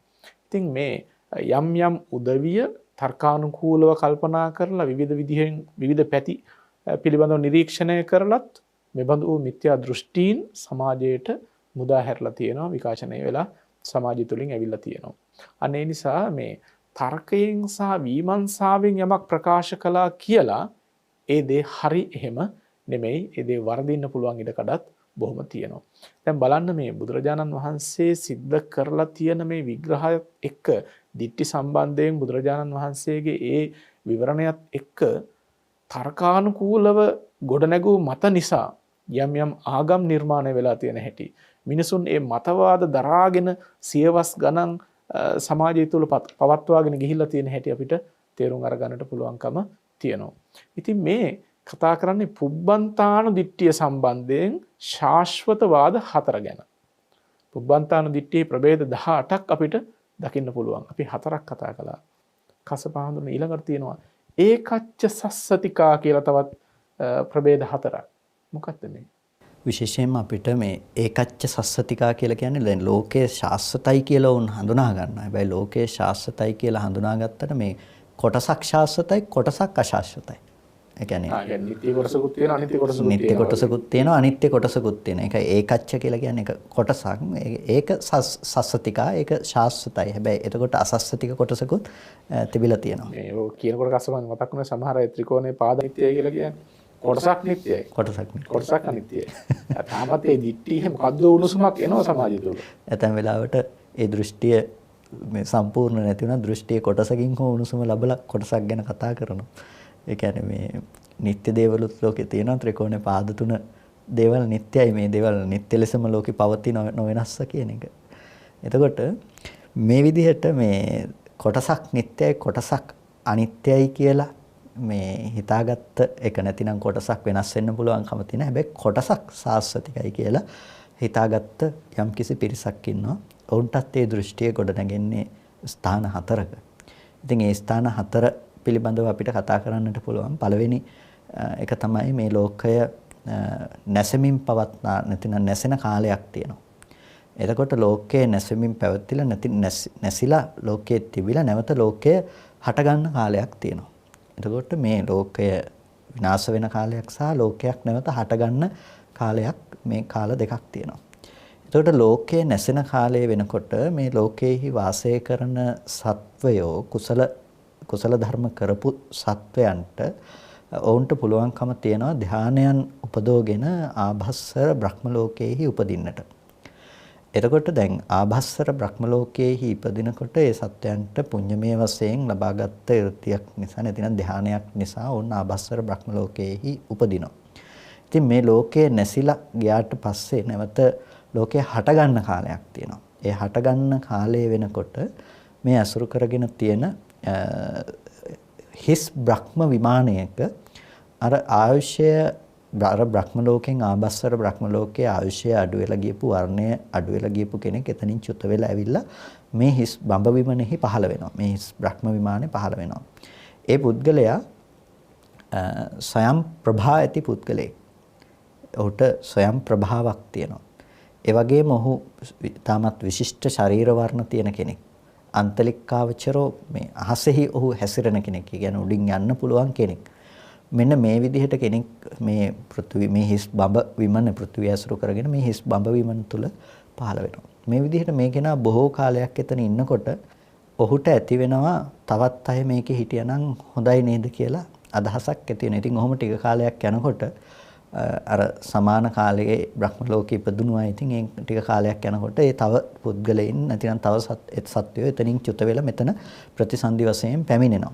එතකොට පැමිණෙනකොට දැන් ඒ හැමෝම මනෝමය හැමෝම මනෝමය කායක් තියෙන්නේ. මනෝමය සත්වයින් හැටියටයි දක්වන්නේ. එතකොට මේ මනෝමය ආපු මනෝමය කයක් ඇති නැතිනම් මනෝමය ස්වභාවයකින් ජීවත් වෙන සයම්පභා තමාම ප්‍රභාවමත් කොටගත්ත මේ සත්වයින්ට ආසේ හැසිරෙන මේ සත්වයින්ට මේ හිතෙනවා අපි එන්න කලින් මේ කෙනා හිටිය කියලා අනිත් කෙනා පිළිබඳව හිතෙනවා. අනිත් කෙනාට හිතෙනවා මම තමයි මහා බ්‍රහ්මයා. මම තමයි මේකට ඉස්සෙල්ලම ආවේ. මම තමයි මෙතන අධිපතියා. මම කල්පනා කළා අනිත් අය ඉන්නවනම් හොඳයි කියලා. ඒ හිතුවට පස්සේ තමයි මේ අය ඇවිල්ලා පහළ වුණේ. මේ අය ඉපදුනේ මම තව අය හිටියානම් හොඳයි, තව පිරිස් හිටියානම් හොඳයි කියලා හිතුවට පස්සේ මේ අය පහළ වුණේ. ඒ නිසා මං හිතපු විදිහට තමයි මේ දේ උනේ. මගේ හිතත් එක්ක මේ අය පහළ වුණා. එතකොට අනිත් අයත් කල්පනා කරනවා මේක කිව්වහම ඇත්තට මේ කෙනා මහා බ්‍රහ්ම මෙයා තමයි මේ ලෝකේ අපි එන්න කලින් හිටියේ. මෙයාගේ කැමැත්තට එහෙනම් අපි ඇවිල්ලා මෙතන උපදින්නට ඇති කියලා අනිත් අයත් කල්පනා කරනවා. ඉතින් මෙන්න මේ විදිහට ඉඳලා මේ අය එබඳු දැක්මක් ඇතුවේ ඉඳලා එතනින් මැරිලා ගිහිල්ලා සාමාන්‍යයෙන් පසු කාලීනව නැවත ප්‍රතිසන්දි වශයෙන් මේ සාමාන්‍ය ලෝකේ උපදිනවා. එතකොට මේ විදිහට ඉපදුනාට පස්සේ ඔවුන් පසු කාලීනව අර විදිහට ගිහින් නික්මිලා ගිහිල්ලා පැවිද්ද ලැබලා මේ නොඑක් ඍෂි ප්‍රෞಢ්‍යාවෙන් හෝ පැවිද්ද ලැබලා ඔවුන් හිත දියුණු කරලා තමන්ගේ ආත්ම භාවයන් පිළිබඳව මානසිකාරය කරලා බලනවා. මානසිකාරය කරලා බලනකොට ඔවුන් දකිනවා මේ ලෝකේ මවපු කෙනෙක් ඉන්නවා. මහා බ්‍රහ්මයා කියලා ලෝකේ මවපු කෙනෙක් ඉන්නවා. ඔවුන් දකිනවා ඒ දේවුන්ට එතනින් එහාට පේන්නේ නැති වෙනකොට ඔවුන් අතනින් රැඳිලා ඒ දේ පිළිබඳව ඔවුන් වෙදිමින් ඉන්නවා. මේ ලෝකේ මවපු කෙනෙක් ඉන්නවා. ඒ කෙනා විසින් මේ ලෝකේ මවපු අය තමයි අපි. මෙන්න මෙබඳු වූ දෘෂ්ටියක් ලෝකයේ තුල හට ගන්නවා. කියන්නේ නිර්මාණවාදයක් ලෝකයේ තුල නිර්මාණය වෙනවා. මේ විසින් මෙයා මේ කෙනා විසින් මේ බ්‍රහ්මයා විසින් ලෝකේ මැව්වයි කියලා. එතකොට එබඳු වූ ලෝකය මවපු කෙනෙක් ඉන්නවා. එබඳු වූ ලෝකය මේකේ තියෙන අවස්ථාවරව කියලා යම්කිසි කෙනෙකුට දෘෂ්ටියක් ඇති වෙනවා. එතකොට දැන් ඒ දෘෂ්ටිය තුළ ඔවුන්ට ලෝකයේ පිළිබඳව අදහසක් තියෙනවා. ලෝකේ මවපු කෙනෙක් පිළිබඳවත් අදහසක් තියෙනවා. ඒ කියන්නේ ලෝකේ ජීවත් වෙන අනික් සත්වයෝ පිළිබඳවත් ඔවුන් අදහසක් තියෙනවා. ලෝකයේ මවපු කෙනෙක් ඉන්නවා කියලත් අදහසක් තියෙනවා. දැන් අර ලෝකේ මුල් මහා බ්‍රහ්මයා කියලා හිතාගත්ත කෙනා අනිත් අයට වඩා වැඩි කාලයක් ජීවත් වෙන ඒ කෙනා ඊට වඩා වැඩි ප්‍රභාවමත් ස්වභාවයක් තියෙන ආයුෂයෙන් වර්ණයෙන් වැඩි කෙනෙක්. ඒ නිසා ඒබඳු වූ හැඳිනීමක් තමයි අනිත් අය තුල තියෙන්නේ. දැන් මෙහි ඉඳලා දැන් පසු කාලීනව අර අයගේ සිත බලන්න පුළුවන් වෙනකොට ඒ තැන ගැන මෙනෙහි කරලා බලන්න පුළුවන් වෙනකොට අන්න එතකොට උන්ට පේනවා මේ ලෝකයේ මවපු ස්ථාවර පදාර්ථයක් තියෙනවා. ලෝකේ කෙනෙක් ඉන්නවා. මේ ලෝකයේ මවපු කෙනෙක් සකස් කරපු කෙනෙක් ඉන්නවා. හැබැයි අපි ඒ වුණාට ස්ථාවර නැහැ. අපි මැරිලා වෙනස් වෙලා යනවා. එතකොට ලෝකේ මේ අනිත් සත්වයෝ මැරිලා වෙනස් වෙමින් යනවා. හැබැයි ලෝකයේ මවපු ලෝකයේ නිර්මාපකයා හැමදාම සදාකාලිකව ලෝකෙ තුල ඉන්නවා. එයා සදාකාලික පදාර්ථයක්. ඒක සදාකාලිකව පවත්නා දෙයක්. එතකොට හැබැයි අනිත් අය ඒ මවපු ලෝකය ඒක සදාකාලික නෑ. ඒක විනාශ වෙන්න පුළුවන්. අනිත් ආත්ම විනාශ වෙන්න පුළුවන්. හැබැයි ලෝකයේ මවපු කෙනා ඒක ලෝකේ ස්ථාවරයි. එයා ලෝකෙ තුල වාසය කරනවා. මෙන්න මේ විදිහට වුන් කල්පනා කරනවා. එතකොට ලෝකේ එක කොටසක් ඒකච්ච සස්සතිකයි. ඒ කියන්නේ අර ලෝකයේ මවපු පදාර්ථයේ ලෝකයේ මවපු ආත්මය මහා බ්‍රහ්මන් එයා ලෝකේ නිට්ටය. එයා හැම කාලයකදීම ඉන්න කෙනෙක්. හැබැයි එයා මවපු සත්වයෝ ඒ අනිත් අය අනිත්‍යයි. ඒ අය නැති වෙලා යනවා. ඒ අය විපරිණාමයටපත් වෙන. ඒ අය අසස්සතිකයි. ඒව වෙනස් වෙන්න පුළුවන්. ඒව නැති වෙලා යන්න පුළුවන්. හැබැයි ලෝකයේ මවපු ඒ දේ ඒක ලෝකයේ තියෙනවා. මෙන්න මේ විදිහට කොටසක් සාස්වතික වෙනකොට තව කොටසක් අසාස්වතික වෙනවයි කියලා යම්කිසි කෙනෙකුට දෘෂ්ටියක් ඇති වෙනවා. මේක තමයි ඒකච්ච සස්සතික වාදීන්ගේ ලක්ෂණය. ඒ කියන්නේ එක කොටසක් වෙනස් වෙනකොට කොටසක් වෙනස් නොවන පදාර්ථයක් තියෙනවා. ගොඩක් අද දවසේදී ගත්තත් නිර්මාණවාදී ආගම්වල බොහෝ කොට දකින්න පුළුවන් ලක්ෂණයක් තමයි මේ ඒකච්ච සස්සතික බව. ඒ කියන්නේ දැන් වෙනස් වෙමින් යන අය ලෝකෙ මේ ඉන්න මිනිස්සු ඉපදෙමින් මැරෙමින් යනවා. හැබැයි දෙවියන් වහන්සේ සදාකාලිකයි. දෙවියන් වහන්සේ හැම කාලෙම ඉන්නවා. ඒ ස්වර්ගයේ සදාතනිකයි. ඒක හැම කල්ලිම පවතිනවා. එතකොට ඔහු විසින් මවන ලද්දක් තමයි මේ මහ පෘථුවියත් ඔහු විසින් මවන ලද්දක්. මේ ඉන්න සත්වයොත් ඔහුගේ රුචි අරුචිකම් මත නිෂ්පාදනය කරන ලද අයයි කියලා ඇති කරගත්ත දෘෂ්ටියක් ඉන්නවා. ඒව වෙනස් වෙන්න පුළුවන්කම තියෙන ඔහුගේ කැමැත්ත මත මේක වෙනස් වෙනවා. හැබැයි ඔහු දෙවියන් වහන්සේ සිටින කෙනෙක්. ඔහු ස්ථාවරයි. අන්න ඒකට කියනවා ඒකච්ච සස්සතික වාදේ. හැබැයි කොටසක් අසස්සතිකයි. අනිත් අය අසස්සතික වෙනකොට සාස්සතික කොටසක් වුන් පවරා දෙනවා. මේක තමයි ඒකච්ච සස්සතික වාදයේ ගොඩනගෙන පළවෙනි මූලය නැතිනම් පළවෙනි තැන හැටියට අපිට හඳුනා ගන්නට පුළුවන්කම තියෙන්නේ. ඒකච්ච සස්සතිකා එක් කොටසක් ශාශ්වතයි. මේ සමාජය දිහා බලනකොට මේ ලෝකයේ තියෙන විවිධ ආගම් දිහා බලනකොට මේ මතවාදය කොච්චර සමාජය තුළ පැතිරලා තියෙනවද? එදත් මේ වගේ දේවල් තිබුණා. අදත් තියෙනවා. හෙට දවසේදීත් තියෙවි. නමුත් කරුණ මේක නෙමෙයි. මේ මතවාදත් එක්ක සමාජයේ යථාර්ථයෙන් කොච්චර ඉවත් වෙලා යනවද? පුද්ගලයා යථාර්ථ අවබෝධයෙන් කොච්චර ඉවත් වෙනවද? ඒත් සමග ඔහුගේ නිර්වද්‍ය ගමනට කොච්චර බාධාවක් ඇති වෙනවද? ඒ නිසා මේ බුදුදහමෙහි එන මේ දිට්ඨි සම්බන්ධ විග්‍රහය සමස්ත ලෝකයම කියවා ගත යුතු අතිශයින්ම වැදගත් දෙයක්. ඒ වගේම තමයි දැන් ගොඩක් දෙනෙක් කියනවනේ මේ හැම ආගමක්ම එක වගේ කියලා. ඔය කසපහඳුරනේ අර මේ සර්වාගමික සංකල්පයන් ගෙනල්ලා මේ ඔක්කොම ආගම් එකයි කියලා කතා කරන ඇතම් උදවිය හරි කැමැත්තක් තියෙනවානේ. මේ බුදුදහමේ තියෙන දිට්ඨි සම්බන්ධයෙන් විග්‍රහය කියවා ගන්න කියලා අපි ආරාධනා කරනවා. ඒ කතාව දෙවතාවක් ඔහු කියන එකක් නැහැ. දැන් කසපහඳුරනේ මේ ඒකච්ච සස්සතිකායක සම්බන්ධයෙන් කතා කරන අපි එකක් කතා කළා. මොකක්ද ඊළඟ ප්‍රභේදය? එතකොට මේ ඒකච්ච සස්සතික වාද පිළිබඳව අපි බලනකොට දැන් එක කොටසක් සාස්වතයි කියලා ගන්න කමන මේකේ තිබුණේ. අර විදිහට ලෝකයේ නිර්මාණය වුණ නිර්මාණවාදී දේවල් වගේම අපිට දකින්න පුළුවන්කම තියෙනවා. බුදුරජාණන් වහන්සේ පෙන්නනවා මේ කිඩ්ඩාපදෝසික කියලා දෙවිවරු කොටසක් ඉන්නවා. යම් දිව්‍ය ලෝකයක කිඩ්ඩාපදෝසික කියලා කොටසක්. මේ කිඩ්ඩාපදෝසික දෙවිවරුන්ගේ ස්වභාවය තමයි වේලාව ඉක්මවල ඔවුන් ක්‍රීඩාවෙහි නියුක්තව වාසය කරනවා. කාමයන්හි යුක්තව වාසය කරන වේලාව ඉක්මවා. ඒ කියන්නේ ඔහු බොජුන් වේලාවවත් දන්නේ නැහැ. ඔවුන් එතන ඒ දිව්‍ය තලෙහි රැඳෙන්න අවශ්‍ය දේවල් සම්පූර්ණ කරගන්නවත් ඔවුන්ට වෙලාවක් නැහැ. ප්‍රමාණ ඉක්මවා යනවා. කන්නවත් කල්පනාවක් නැහැ. කන්නවත් කල්පනාවක් නැහැ. මොකද මේ අපේ වගේම තමයි ඒක හොයාගෙන ඒක පස්සෙන් ගිහිල්ලා මැරෙනකම්ම ඒක හොයාගෙන යනවා වගේ මේ එතනත් ඉපදුනත් සමහරලාට මේ ඉඳලමනේ අපහො යන්නේ. ඉතින් ගිහිල්ලා මේ වගේ මනසක්ම තමයි බොහෝ කෙනෙකුට තියෙන්නේ. ඉතින් ඒක පස්සෙම ගිහිල්ලා එතනින් චුත වෙනවා. ඉතින් මේ කිඩ්ඩාපදෝසික දෙවිවරු එහෙම චුත වෙලා ආවහම ඒ අය පස්සේ කාලෙකදී එකෙන් සමහර කෙනෙක් හිත දියුණු කරන්නට කියලා ගියාම වුන් තමන්ගේ පෙර ජීවිතය දකින්න එතනින් එහාට දකින්නේ නැහැ. දැන් පෙර ජීවිතේ විතරයි වුන්ට දකින්න පුළුවන්කම තියෙන්නේ. එතනින් එහාට කොතෙක් බැලුවත් පේන්නේ නැහැ. පේන්නේ අරක. පේනකොට වුන්ට පේනවා දිව්‍ය ලෝකෙ මෙහෙම දිව්‍ය ලෝකයක් තියෙනවා. මේක ස්වර්ගය, මේක සැප ඇති තැනක්. මේ සැප ඇති තැන අපි මොකද කළේ? අපි වැරදි විදිහට පාවිච්චි කළා. අපි මෙතනදී හරියට වෙලාවට කෑවේ නැහැ. වෙලාවට මේ විදිහේ දිව්‍ය ලෝකෙ පිහිටන්න අවශ්‍ය දේවල් ටික කළේ නැහැ. අපි ප්‍රමාණයේ ඉක්මවා ඒ කාමයන් ඇසුරු කරමින් හිටියා. ඒකෙන්ද අපි අසාස්වතික වුණා. කිඩ්ඩාපදෝසිකව ඉඳලා ඒකත් එක්ක අපි දූෂ්‍ය වෙලා අපි ඒකේ අසාස්වතික වුණා. හැබැයි අනික් දෙවිවරු එතන එහෙම නොවුන දෙවිවරු සාස්වතයි. ඒක ඕන තරම් කාලයක් එතන ඉන්න පුළුවන්කම තියෙනවා. ඒක සදාකාලිකයි. අපි මේ දැන් ඉන්න මනුස්ස ලෝකයක් ඒ වගේම අර කිඩ්ඩාපදෝසික කියන ඒ විදිහට හිටියත් ඒක අසාස්වතිකයි. ඒකෙම තියෙනවා සදාකාලික ස්වර්ගය කියලා එකක්. ඒ සදාකාලික ස්වර්ගයේ ලෝකෙ තියෙනවා. දැන් ස්වර්ගයට යෑම සඳහා උන්ට ඊට පස්සේ උත්සාහයක් ඇති වෙනවා. මෙන්න මෙබඳු වූ ස්වභාවයක් ඇති කරගත්ත කෙනෙක් ඉන්නවා. ඒ වගේම තුන්වෙනි කාරණාව හැටියට මනෝපදෝසික කියලා දිව්‍ය කොට්ටාශයක් ඉන්නවා. ඔවුන් ඒ කියන්නේ ද්වේෂයෙන් එකිනෙකා කෙරෙහි බලාගෙන ඉඳලා ද්වේෂය නිසා මෙතනින් චුත වෙනවා. තරහ ගිහිල්ලා තරහ වැඩිකම නිසාම එතනින් චුත වෙනවා. කසබන් මේ දිව්‍ය ලෝකෙ ඉන්නකොට ලිමිට් එකක් තියෙනවා. ඒක ඉක්මවා ගියොත් එහෙම එතන ඉන්න හම්බ වෙන්නේ නැහැ. ප්‍රමාණයක් තියෙනවා. ප්‍රමාණය ඉක්මවා ගියාම එතන ඉන්න පුළුවන් කමක් නැහැ. එතනින් බොහොම ඉක්මනටම චුත වෙලා යනවා. ඉතින් ඒක මනුස්ස ලෝකෙත් දකින්න පුළුවන් දෙයිනේ. ප්‍රමාණය ඉක්මවා ගියාම ලිමිට් එක පැනලා ගියාට පස්සේ එතන ඉන්න පුළුවන් කමක් නැහැ. මොකක් හරි ලෙඩක් ඇදිලා හරි ගහ මරාගෙන හරි අන්තිමේටම එතනින් ඉක්මනට යන්න සිද්ධ වෙනවානේ. ඉතින් ඒ දෙයම තමයි එතන සිද්ධ වෙන්නේ. ඉතින් ඔවුන්ට එතන ඉන්න පුළුවන් කමක් නැහැ. එතනින් චුත වෙලා යනවා. ඉතින් ඊට පස්සේ චුත වෙලා ගියාට පස්සේ අර විදිහටම ඔවුන්ටත් පේනවා අර එහෙම නොවුන දෙවියෝ සදාකාලිකව ඉන්නවා. ඒ කියන්නේ ඔවුන්ට ඒ දෙපිරිසටම ඇති වෙනවා සදාකාලික ස්වර්ගයක් තියෙනවා කියලා. ගිහිල්ලා සැප විඳින්න පුළුවන් තැනක් නිත්‍යව තියෙනවා කියලා ඔවුන් කල්පනා කරනවා. හැබැයි අනිත් දේ අසාස්වතිකයි කියලා හිතනවා.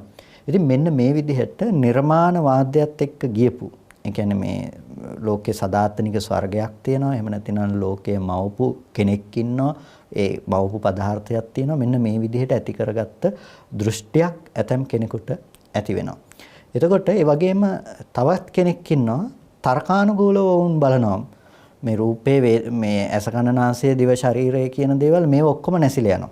මේ රූපේ ඔක්කොම නැති වෙලා යනවා. හැබැයි භවයෙන් භවයට යන මේ ආත්මය සදාකාලිකව තියෙනවා.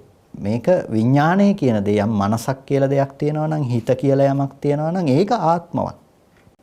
ඒක යනවා තනින් තනට මෙතනින් අතෙන්ට එතනින් එතෙන්ට යනවා. මේ අනිත් දේවල් අසාස්වතිකයි. මේ විදිහට ඒකච්ච සස්සතික වාද අපිට දකින්න පුළුවන්. එක කොටසක් ශාස්වතයි කියලා දකින වාදයන් අපිට දකින්න පුළුවන්කම තියෙනවා. ඉතින් මේ දෘෂ්ටි කොච්චර මිනිස්සුන්ගේ චිත්තසංතාන ආක්‍රමණය කරලා තියෙනවද? මේ චිත්තසංතාන වලින් ගහන නොවුණු කෙනෙක් හොයාගන්න එක ලේසි නැති තරම් මේ දෘෂ්ටි මිනිස්සුන්ව ආක්‍රමණය කරලා තියෙනවා. මේ දෘෂ්ටි මිනිස්සුන්ගේ සිත් සතන් මැඩගෙන තියෙනවා. ඉතින් මේක බොහොම බරපතල තත්ත්වයක්. ඉතින් බලන්න මේ දෘෂ්ටිවාද ප්‍රභවය ගැන කතා කළොත් ඒකච්ච සස්සතික වාදයන් නැති වෙනවා නම් ඇති වෙන්න පුළුවන්කම තියෙන්නේ මෙන්න මේ තැන් හතර මුල් කරගෙන කියලා බුදුරජාණන් වහන්සේ දේශනා කරනවා. මේ තැන් හතර මුල් කරගන්න නැතුව කවදාවත් ඒකච්ච සස්සතික වාදයක් ඇති වෙන්නේ නැහැ. එතකොට ඒකච්ච සස්සතික වාද හතර කියලා කියන්නේ දැන් නිර්මාණවාදයේ ඔස්සේ කෙනෙක් හිතනවා ලෝකේ මවපු කෙනෙක් ඉන්නවා. ඒ පදාර්ථය නැතිනම් ඒ මහා බ්‍රහ්මයා හෝ නැතිනම් ඒකට ඕන නමක් දෙන්න පුළුවන්කම තියෙනවා. ඒ ලෝකේ මවපු ඒ දෙවියන් වහන්සේ බ්‍රහ්මයා ඒ කෙනා නිට්ටයව ඉන්නවා. එතකොට අනිත් අය වනාහි මවන ලද්දෝ සහ මවන ලෝකය වෙනස් වෙනවා අනිත්‍ය වෙනවා. ඒවා සාස්වතිකයි. හැබැයි අර ලෝකේ මවපු කෙනා සාස්වතිකයි කියලා හිතනවා.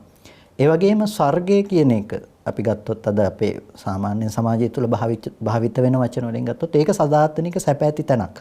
හැබැයි මේ සදාතනික සැප ඇති තැන වැරදි විදිහට හිටපු අය එතනින් අනිත්‍ය වෙලා අසාස්වතික වුණා. මනුස්ස ලෝකයේ මේ දේවල් ඔක්කොම අසාස්වතිකයි. හැබැයි අර දිව්‍ය ලෝකය ඒක සාස්වතිකයි. ඒක ප්‍රමාණාත්මකව පරිහරණය කරන හැමෝටම ඕන කාලයක් ඒකේ ඉන්න පුළුවන්කම තියනවා කියලා හිතනවා. ඒක එතකොට ඒක අපි කිඩ්ඩාපදෝසික සහ මනෝපදෝසික කියලා කොටස් දෙකකින් කතා කළා. ඒ වගේම තවත් කෙනෙක් මේ රූපය සහ හිත පිළිබඳව විමසා බලනකොට අසකනනාසය දිව ශරීරය කියන මේවා ඔක්කොම විනාශ වෙලා ගියාට මේක ඇතුලේ රිංගගෙන තියෙන විඥානය භවයෙන් භවයට යනවා කියලා හිතලා සාස්වතික භාවයේ ගොඩනගා ගන්නවා. දැන් මේ විදිහට ලෝකයේ තුල පැවැත්ම ගැන කතා කරනවා නම් ආත්මය ගැන කතා කරනවා නම් නිර්මාණවාද ගැන කතා කරනවා නම් මේක තමයි මූලය. එතකොට දැන් මේ සෑම ආගමක්ම එකයි කියන දේ ගැන ස්වාමීන් වහන්සේ මතක් කළා මේ කියන්නේ සර්වාගමික කතන්දරය ගැන. එතකොට ඒ දේ කොහොමද කෙනෙක් එකයි කියන්නේ මේ මූලික දර්ශනය පිළිබඳව අධ්‍යයනයක් කළොත් යම් කිසි කෙනෙක් මේ ඔක්කොම එකයි කියන්න උත්සාහවත් වෙනවා නම් ඒකෙන් පේන්නේ උන් මේ මූලික දර්ශනය පිළිබඳව උන්ට අවබෝධයක් නැහැ. එතකොට මේ හේතුඵල ධම කියන්නේ මොකක්ද කියන එක පිළිබඳවවත් ඒ වගේම නිර්මාණවාදය කියන එකවත් මේක එකක් කියන්නේ කොහොමද කෙනෙක් මේ පිළිබඳව අවබෝධයක් නැතිකම නිසා තමයි මේ බඳු ප්‍රකාශනයන්හි නිරත වෙන්නේ. ඒ නිසා මේ ඒකච්ච සස්සතික වාදයන් ටික නිවැරදිව විශ්ලේෂණය කරගත්තොත් මම හිතන්නේ කියන්න යන්නේ මේ අද කාලේ ලෝකයේ පිළිබඳව අර්ථ විවරණ කිරීම සහ බුදුදහම තුල සපේන අර්ථ විවරණ ඔක්කොම එකයි කියලා කියන මෝඩ කතාව නම් කියන්නේ නැහැ කිසිම කෙනෙක්.